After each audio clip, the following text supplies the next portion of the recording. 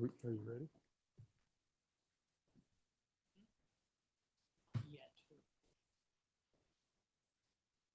Ready? Scoot over my knee. Call the meeting to order. Can you please rise for a flag salute? Pledge allegiance to the flag of the United States of America and to the republic for which it stands, one nation, under God, indivisible, with liberty and justice for all. All righty, thank you. Will the city recorder please call roll? Mayor Jackla, Present? Council President Steinhebel. Here. Councilor Mann. Here. Councilor Workman. Here. Councilor Salvage. Here. Councilor McLean. Here. Councilor Conti. Here. Tom Wells. Here. Chantel Schroeder. Rebecca Grizzle. Jeffrey King. Here. Robert Waterhouse. Here. Lawrence Martin. Lance Caddy. Here. Thank you. So we'll get right to it. The most important part is there any nominations for Budget Committee Chair? I nominate Councilor Dave Workman for committee chair. Second. Motion's been made to make Dave Workman the chair of the Budget Committee. It's been seconded. All in favor? Aye. Aye. All opposed? Motion passes. And at this point, I turn it over to Chair Workman. You missed the minutes piece. What's that? Minutes? Skip this part. So related to the minutes, we do just want to highlight the wrong minutes were put in the packet. This Yeah. was 2 years ago minutes. So we are going to scrap that for this meeting. We will bring the right minutes back to your next budget committee meeting once that is set later. Perfect. So our Thank you. apologies. You're welcome. See, look at squiggly lines. I don't have a squiggly line on mine. Now, at this moment, if there's no other objections, I'll turn it over to Chair Workman. I guess it's time to elect a secretary to serve on this committee. Are there any nominations for Budget Committee Secretary? I nominate Councilor Carl Mann to be secretary.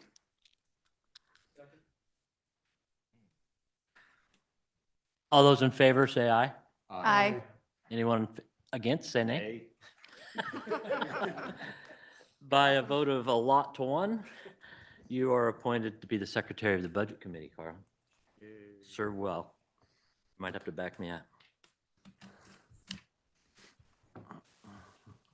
I think it's on to you now, right? Are you ready, Batch? Mr. Chair? Yes, I have. Okay, I thank you. turn the meeting to you, Mr. Okay, excellent. I'm going to read our budget message this year. We'll read it into the record verbatim, so bear with me. Honorable Mayor, City Council, members of the Budget Committee, and citizens of Lebanon, I am pleased to present the fiscal year 26 budget for the City of Lebanon. This budget is a comprehensive financial plan that aligns with the City Council's goals while ensuring the needs of our residents and visitors are met. The total proposed appropriations for fiscal year 2026 budget are $88,240,933. This year's budget carefully balances maintaining essential city services with keeping our finances stable. The city service fee has helped us move toward long-term sustainability, but we have limited room to expand services. Even so, this budget reflects our commitment to using resources wisely and ensuring the city's financial health. City of Lebanon follows a conservative yet practical approach to budgeting. Our revenue forecasts and planned expenditures are based on multiple data sources, ensuring a realistic assessment of financial conditions. This methodology allows us to make informed decisions that sustain current services while preparing for future needs.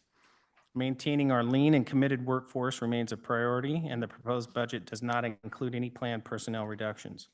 Ensuring adequate staffing is crucial for delivering uninterrupted, high-quality service in public safety, infrastructure, maintenance, and essential community programs. This stability follows the difficult staff reductions in the previous fiscal year, which were necessary to align expenditures with available revenues. Having made those tough decisions, we are now in a stronger position to retain personnel and sustain service levels. A key component of this budget plan is to expedite debt payments in the Northwest Urban Renewal District, intending to retire the fund's obligation by fiscal year 2028. As all projections, planned improvements have been, all projects and planned improvements have been completed.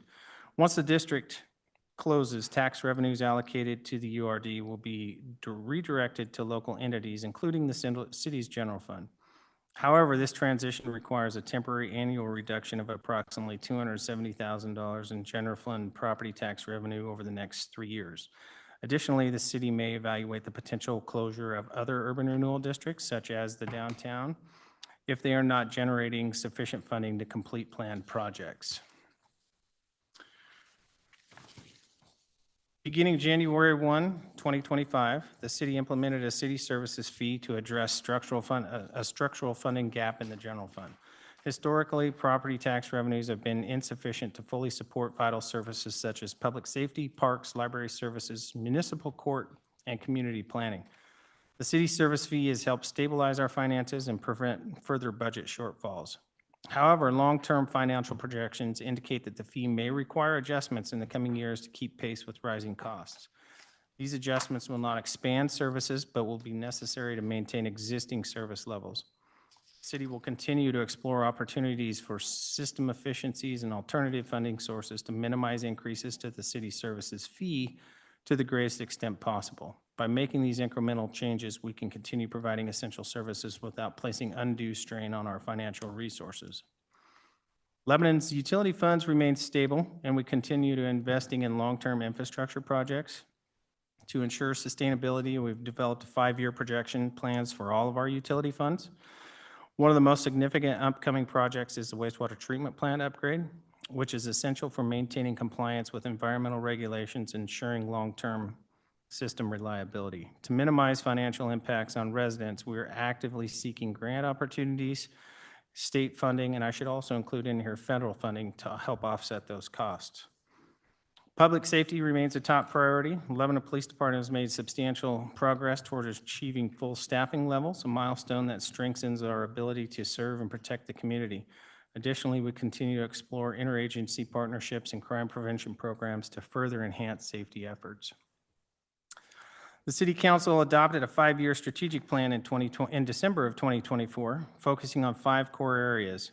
Staff is actively working on year 1 goals with budget allocations supporting critical projects such as the wastewater treatment plant upgrade, water line replacements, and the preliminary phase of updating the parks master plan. Additionally, the city has taken a proactive approach to advocacy, engaging with state and federal representatives to secure funding for projects. This includes direct funding for wastewater system upgrades and long-term transportation needs, while directly tied to this budget. Legislative decisions at the state level often have financial implications for local jurisdictions, and we continue to advocate for policies that support Lebanon's fiscal sustainability or stability. Despite our efforts to maintain financial stability, some key priorities remain unfunded in this budget. One of those being the jail operations. The cost to open the city jail is estimated to be between $750,000 and $1 million. We're continuing to explore funding options over the next several years. Our park system staffing, with only 2 full-time employees and several seasonal workers, additional staffing will be necessary as more trails and parks are added to the city inventory. Street maintenance, decreasing gas tax revenues are shrinking. Decreasing gas tax revenues are shrinking our ability to fund road repairs. Staff will evaluate new revenue sources to maintain streets. Green Peter Reservoir drawdowns, ongoing water level reductions will impact our water treatment plant, requiring increased maintenance and potential infrastructure upgrades. We will continue advocating for state and federal funding to address these challenges. While our financial position has stabilized, the lack of surplus funds highlights the needs for strategic planning and careful prioritization. We will continue to seek innovative solutions and collaborative opportunities to enhance services without placing additional financial burdens on our residents. As we move forward and as we look ahead, we remain committed to responsible fiscal stewardship and sustainable growth. Our focus will be on monitoring and adjusting revenue streams, maintaining essential services, and making strategic investments in infrastructure. Continuous updates to our 5-year financial projections will ensure we remain adaptable to changing economic conditions. In conclusion, despite the challenges, Lebanon is a resilient community with dedicated leadership and engaged residents. I extend my sincere gratitude to the department directors, City Council and Budget Committee members for their efforts in crafting this budget. By working together, we can navigate financial constraints, invest in critical infrastructure, and sustain high-quality services our community deserves. Through strategic planning and sound financial management, we will continue to build a strong foundation for Lebanon's future prosperity. And that is the budget message for this year. Are there any questions about the budget message for this year? Okay. Excellent. I believe we move on to see if there's any comment on the Lebanon Urban Renewal Agency budget message. Excuse me. So before Ron starts reading the Urban Renewal Agency message, I do want to tell you this is not in the book that is in front of you. This will be delivered separately. So Ron still has the message to read to you, but you'll get this book Gotcha. shortly. Do we need to convene as the Urban Renewal Agency? I adjourn this meeting of the Lebanon City and open the meeting of the Urban Renewal District budget meeting. Okay, thank you, Mr. Chair. Honorable Mayor, City Council, members of the Budget Committee, and citizens of Lebanon, I am pleased to present the proposed fiscal year 25-26 Lebanon Urban Renewal Agency. The agency has 5 urban renewal districts: Northwest, North Gateway, Mill Race, Downtown, and Cheetah Lake. Each district's budget is accounted for in a separate fund in this budget document. The budget is balanced in each fund, and all debt provisions are expected to be met. There's not much change from fiscal year 25 to fiscal year 26 budget. However, 2 of the urban renewal districts have specific changes to address operational needs. The Northwest Urban Renewal District has no changes in expenditures, but the agency is planning to increase the revenue for the Urban Renewal District brings in to prepare accelerated payments on outstanding debt. For the last 3 years, this Urban Renewal District has drawn substantially less than it is legally allowed to pull in above the frozen tax base. This fiscal year, the Urban Renewal District will increase the amount levied, allowing the district to pay the outstanding debt over 3 years instead of through 2032 per current debt payment schedules. This action will allow for the closeout of the Northwest Urban Renewal District and return the funds to the different taxing entities, helping bolster the city's general fund as well. In the North Gateway Urban Renewal District, work is ramping up to begin street reconstruction project on 5th Street. This is north of Tangent Street. Agency staff, along with several consultants, are currently planning and developing the project scope spanning from Tangent Street to Mary Street. To date, planning and scoping activities include a topographic survey, a traffic signal warrant analysis, and preliminary and roadway utility layouts. Once the final scope has been completed, the agency intends to go out for a bond sale to fund the project. The bond sale process is anticipated to begin the spring of 2025 with construction during the summer of 2025. That it should actually read 2026 on there. Those are when those are going to happen. Sorry for that. The remaining urban renewal districts are business as usual for the fiscal year 2026 proposed budget. The Downtown Urban Renewal District is continuing to collect nominal funds. However, staff is reviewing options moving forward, conducting a cost of benefit analysis of this urban renewal district based on minimal funding generated in the district versus the viability of completing projects and considering the potential of collapsing this urban renewal district. The Mill Race Urban Renewal District continues to meet the obligations of the Economic Development Agreement to encourage growth in the district, and the private developer continues to work toward bringing commercial business to this development and is actively working with ODOT to connect the development site to the highway. With the items contained in this letter and the budget contained here, I formally submit the fiscal year 2026 proposed budget for your consideration. I'm happy to answer any questions. Like we're good? At this point, we adjourn as the Urban Renewal Agency Budget Committee and reconvene as the Lebanon Budget Committee for some budget training from our friend Brandon, it sounds like. Thank you, Mr. Chair. So each of you has kind of elected to have a different distribution method for this budget document, but I'm going to walk through what you will find inside the book, how it is structured, and then some of the, I guess, ground rules for you as a committee as far as the state is concerned. So one of the most important points in this document is that ultimately what we end up doing is budgeting by fund. So the state requires us to budget by each of our funds and then underneath that by an organizational level. So what I mean by that, for example, is in the general fund, we budget then at a level which includes the police department, parks, municipal court, community development. We budget in specific buckets. However, what you have inside your book is everything, right? Line items for each of those sections, revenue estimates. So you'll find all that material inside your book. For those using kind of the online application, it does look a little bit different than it did last year and is on your screen currently. The layout really is the same as what those with a paper copy would have. The structure is still the same.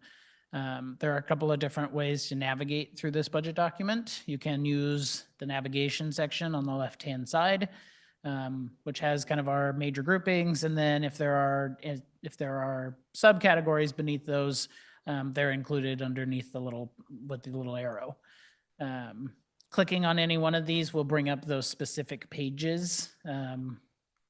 It's lagging a little bit. So that you can see all of the material that is included in that section. All of these graphs are interactive. That's the word I want to use. So you can hover over the different sections. You can see the fiscal year change as you hover. For historical fiscal years, so 23 and 24, you will see kind of a budget to actual comparison. So here in the general fund, budgeted expenses show up in purple, actual expenditures show up in blue, so that you can see the difference between what was budgeted and what was actually spent. Some of that has to do with how the state requires us to budget. So as part of the general fund, we do budget a contingency. So just under $600,000 a year is budgeted in a contingency line.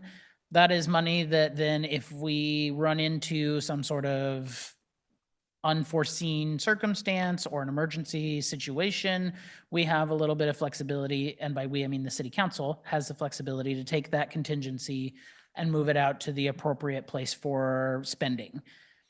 Money budgeted in the contingency cannot be spent in the contingency specifically. So it does require a supplemental budget from the council.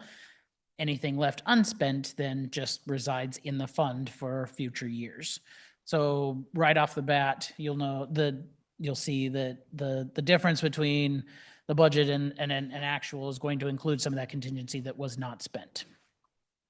The city also budgets a specific requirement for per policy to reserve 17% of any expenditures in reserve for future fiscal years. That amounts to, I think it's about $1.7 million a year right now that we are required to legally hold in the fund each given year. We do have a fund balance that is higher than that each year, but that is our minimum bottom line if we had to if we hit that point. I'm using the wrong mouse over here. Scrolling down through each of the fund pages and the department sections have a comprehensive summary that gives you the 2025 budget, what those figures were. The 25 projected, you'll notice on all of the individual funds has this beginning balance line. And the only spot that you see a number is in the 25 projected. What that means is that we either overshot or undershot the projection for the beginning fund balance when we built the 2025 budget. So in the case of the general fund, we estimated that the beginning fund balance would be $102,000 higher than what actually came to fruition. So you'll see those adjustments in that beginning balance line. That's necessary for Oregon law. We are required to show you what the 25 budget was as it was presented. And with this system, we kind of have to modify, I guess, and make it flexible so that we can show you what reality is. But otherwise, everything else should display as normal. Again, I said these are all interactive, so you can hover over different sections of this to see what they are. You can also start eliminating things so that you can kind of play around with the data, really get a feel for, okay, I know that property taxes is a major component of this, but I want to see what everything else looks like without property tax considerations in there. So you have a lot of flexibility on the online version of this to kind of play around with those graphs. All of these sections fall under this funds summary overview. This is where you start to get the specific line items. So we've listed out every single line item that exists for us.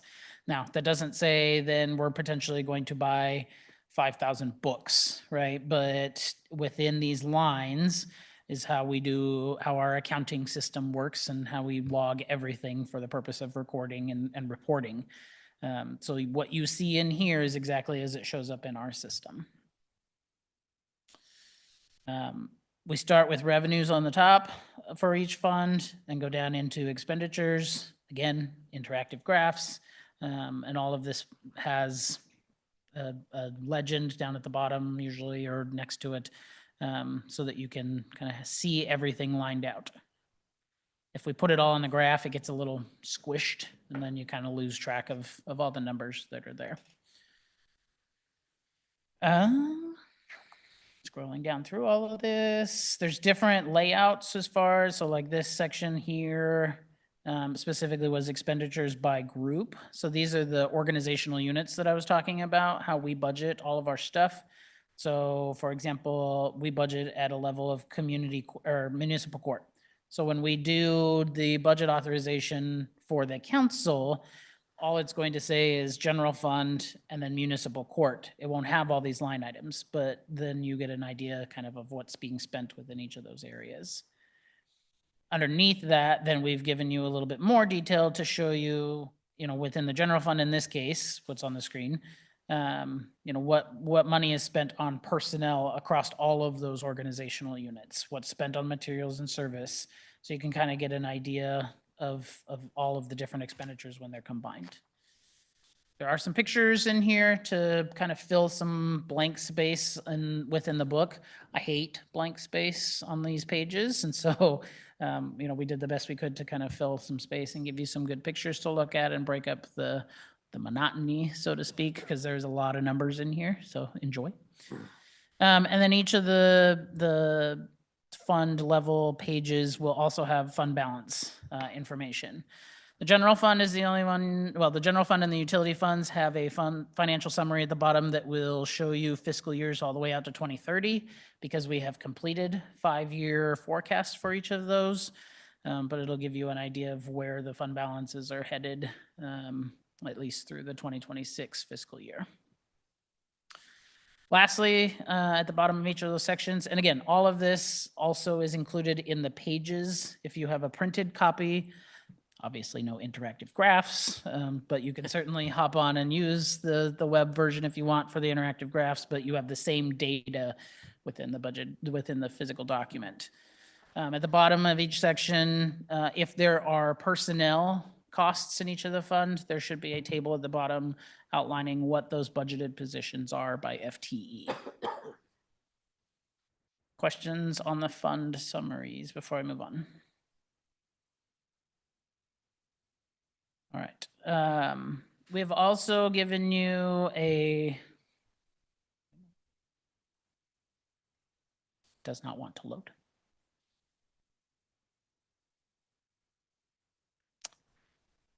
We've also given you a budget by department. So that falls in the first part of the book. We go, you have all the what I'll call the boring things in the beginning. So the policies, the timelines, the statutory information that we need to provide. And then we start to get into the actual data within the book. We start out with kind of a walkthrough in revenue sources.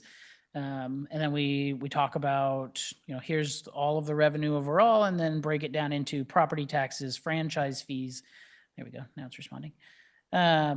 Utility charges for service, intergovernmental revenue. We try to break it into major categories, and then anything else falls into other revenue.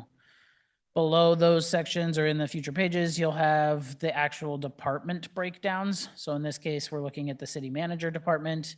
And again, it provides you with the same level of detail that you saw in the fund summaries.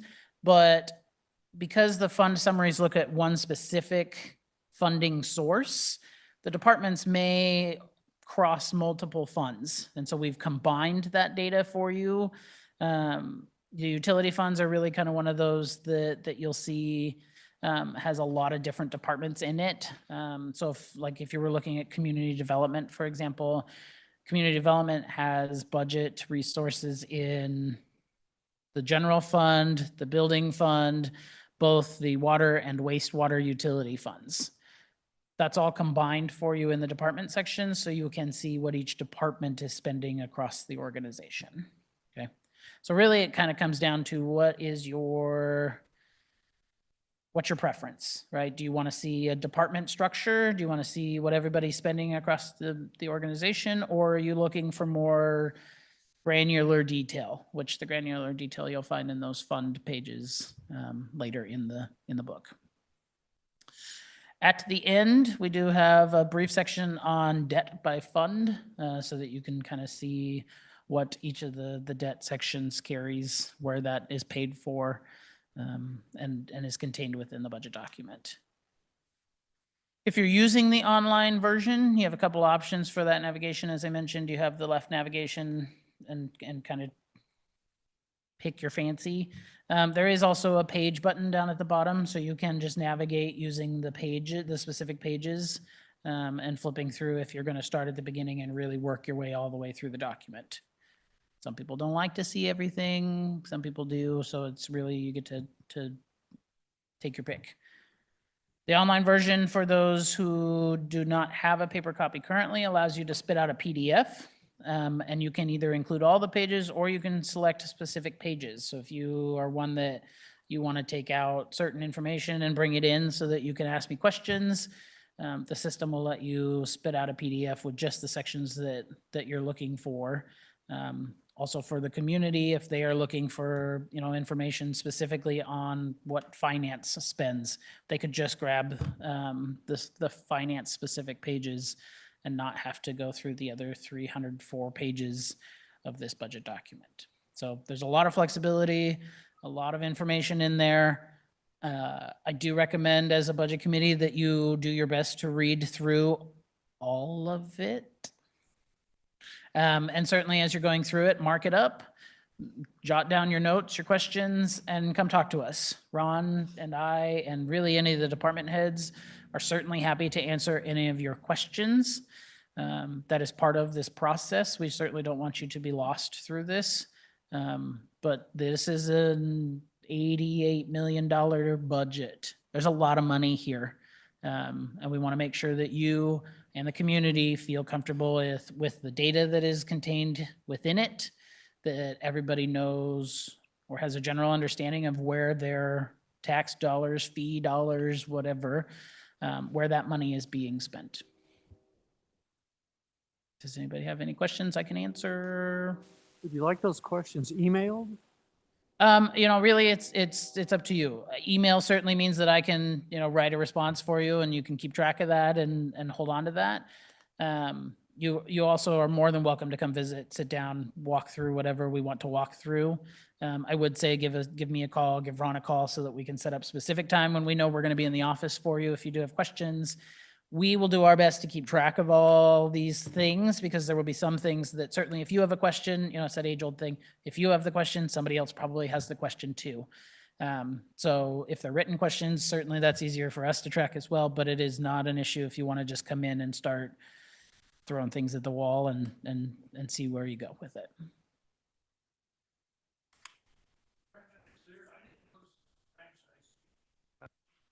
Ripley fiber. Sure. So internet companies, we don't have the legal ability to establish a franchise fee similar to what other utility companies may see. So you've got a utility franchise fee for Pacific Power, for Northwest Natural. the federal government has limited our ability to impose a franchise fee for internet service providers.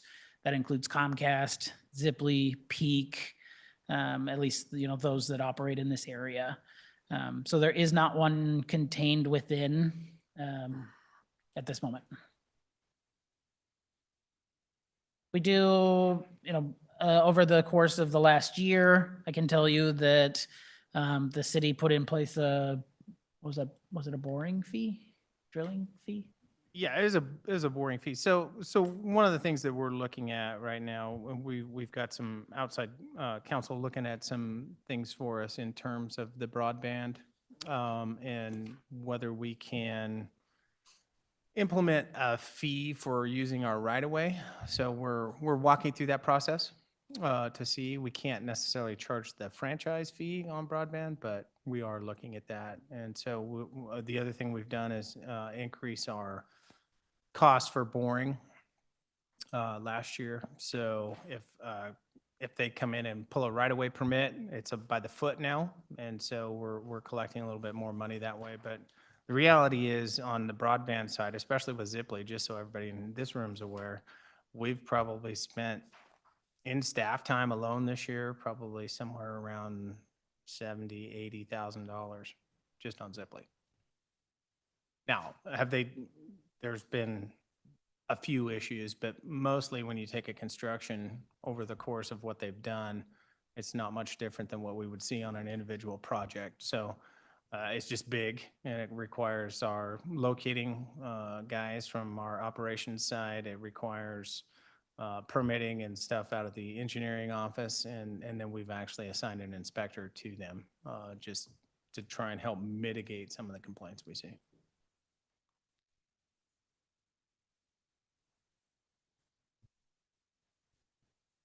Other questions? It's a lot of material. We appreciate your time. I know this is certainly not, I assume everybody here loves this as much as I do. I love to talk about this stuff.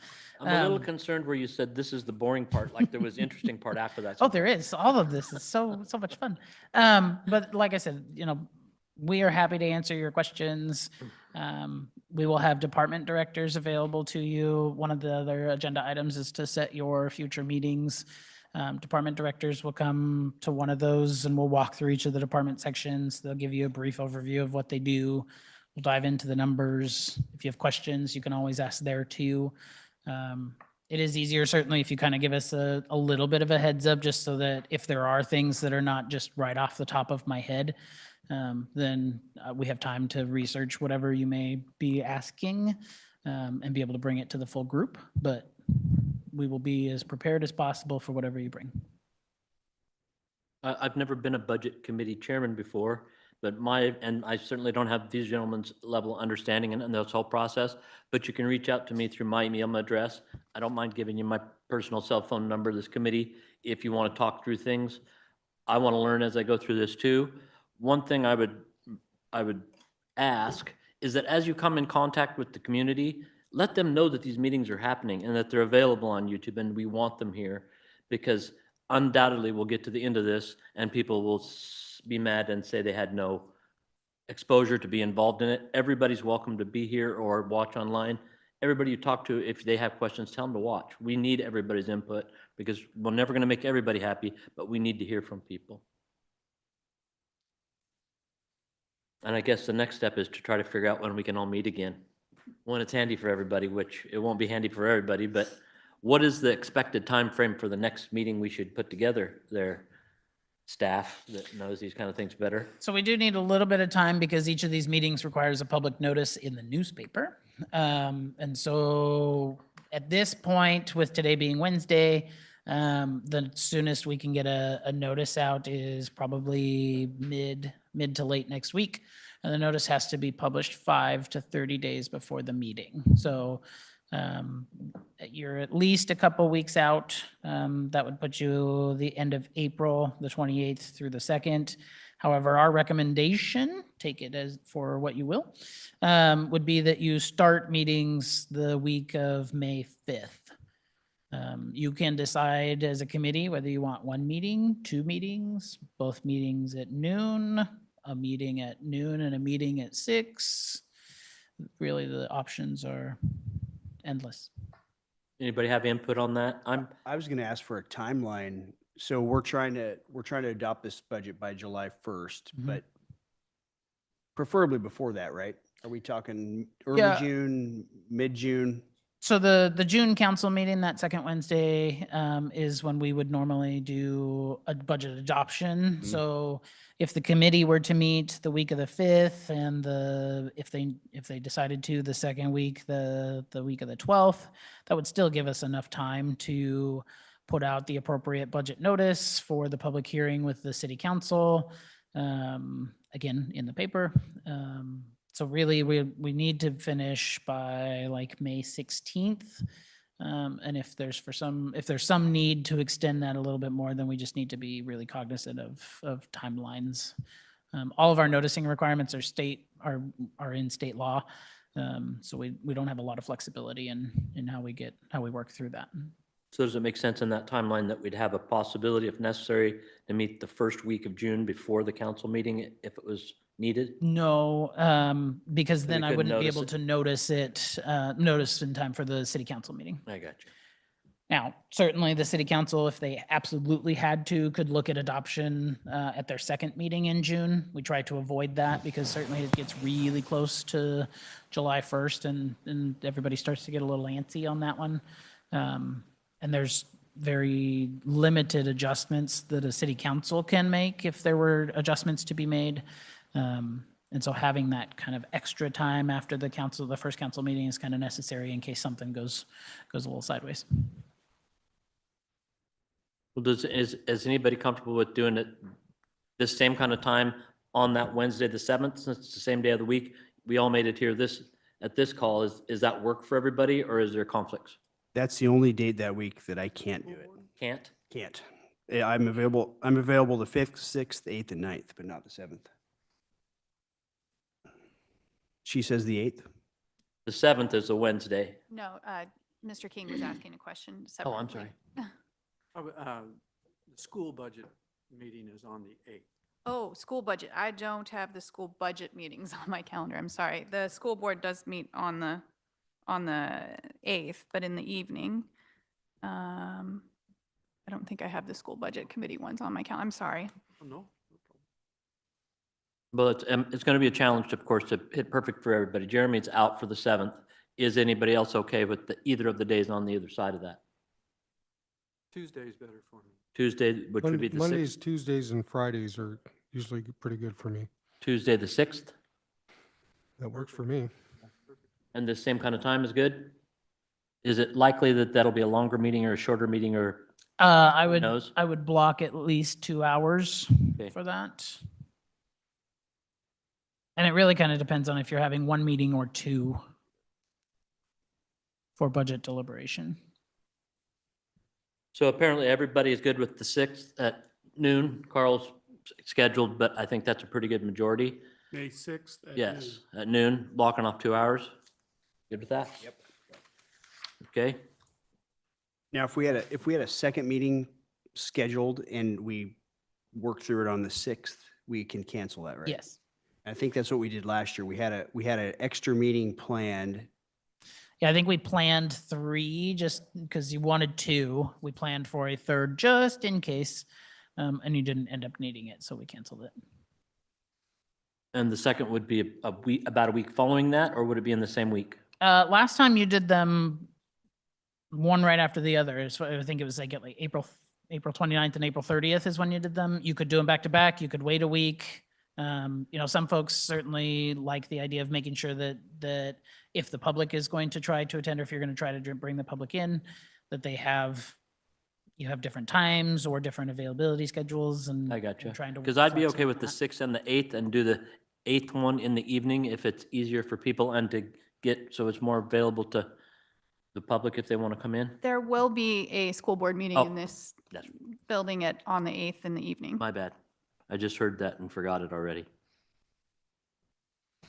We're talking June, right? Just. No, that's May. May. So what's on May 6th? Well, we've got one meeting on the 6th, and in the past, we've kind of stacked them up as best as we can, so they're close together. That's why I thought 6th and the 8th might work. We can do the 6th and the 7th. Jeremy would be out for that, it sounds like. But we're, Evening? either one. I'm out for the evening. for We're the just trying 7th. to, I'm always pretty good with the middle of the day ones, but I don't want to, I'm the chairman, I'm not the dictator of this thing. That works okay for me because I'm close by, but I understand people have schedules that might not work for. I'm just trying to, You're talking about for Wednesday. yeah. So we'd have 2 in a row that were at the same kind of time? Works for me. Noon on May 7th? Correct. Both at noon? Yes, as long as the majority of us can, that works for you. Yeah. Okay, so we got May 6th and 7th at noon here with about a 2-hour window of opportunity. I don't want to say execution, that doesn't sound.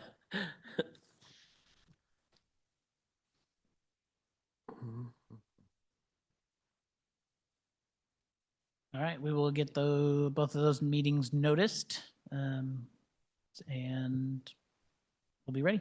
Anybody have any concerns or, I said, my email address is on the site, my government one. Everybody can find me.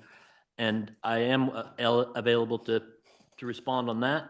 And I don't mind talking to people too on my cell if you contact me through that. So thank you all very much for being involved in this. It's a big bite. I think these guys do a lot of work at it. What, are you ready to slam me? Well, no, if you're done, I was going to do it for you since you don't have a gavel. I appreciate you. You could just pass it down to him so he can. I guess so it's he can time do it to himself. adjourn this meeting. Yeah. Adjourn this meeting at 12:41 PM. Thanks, everybody. Fine job. Good job. Future mayor. I'm good.